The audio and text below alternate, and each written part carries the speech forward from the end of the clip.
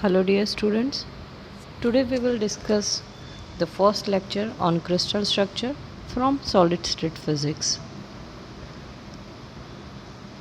First we will discuss the introduction portion. Solid state physics is the largest branch of the condensed matter physics, which deal with the macro and microscopic physical property of the matter, or we can say material.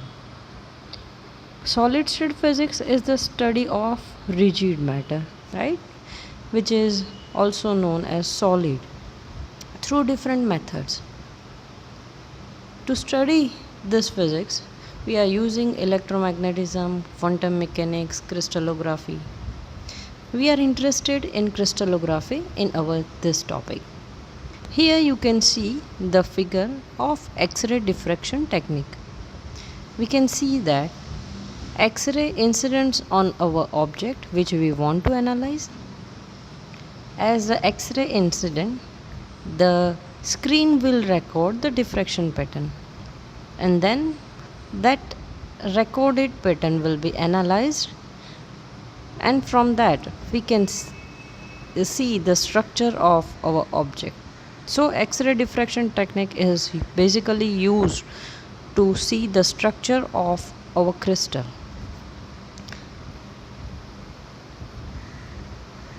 Now we will see the classification of solid. We can classify solids based on its electrical property, its thermal property, but here we are talking about the structure. So we are interested in its interatomic structure. So we can classify it based on internal atomic structure. We can classify solids in two parts. First one, crystalline solid, then non-crystalline solid, or it is also known as amorphous solid.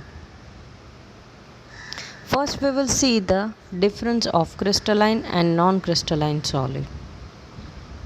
Crystalline solid, the atoms and molecule are arranged in regular manner.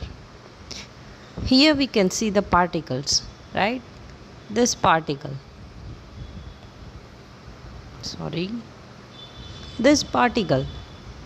they are arranged in regular manner. If you see in non-crystalline or amorphous material, all the atoms and molecule, they are not arranged in regular manner, they are arranged randomly.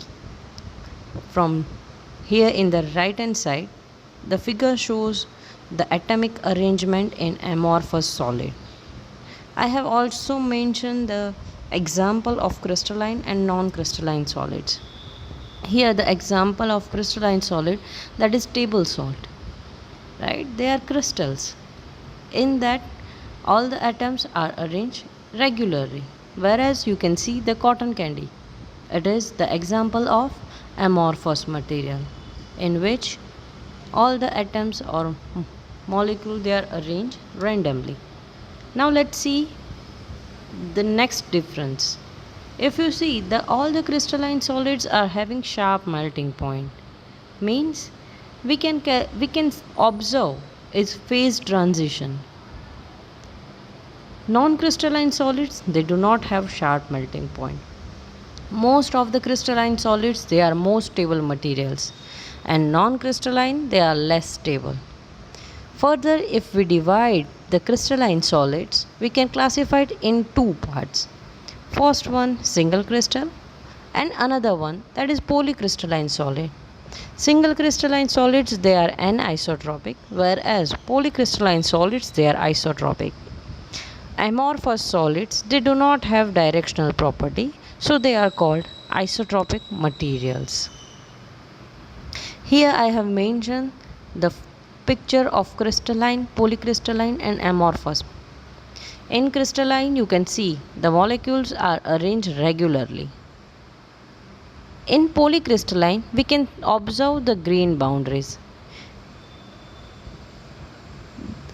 All grains come together and they are forming polycrystalline solids. So we can easily observe the grain boundary in polycrystalline solids. All the grains are single crystal. So in the grain, the atoms are arranged in regular manner. If you see the amorphous, in amorphous, atoms and molecules are not arranged regularly. Now let's see the example of crystals. Here you can see left hand side raw diamond. It is diamond. Diamonds are the best example of the crystal, but it in this figure I have mentioned a raw diamond. Then rock salt and quartz. These are the best example of crystals. All the metals, most of the all the metals, they are polycrystalline. If you see the amorphous, the example of amorphous solids are glass, rubber, candle wax, all the plastics. These are the amorphous material. Now you can see the very beautiful crystals. Colorful, such wonderful crystals. Thank you.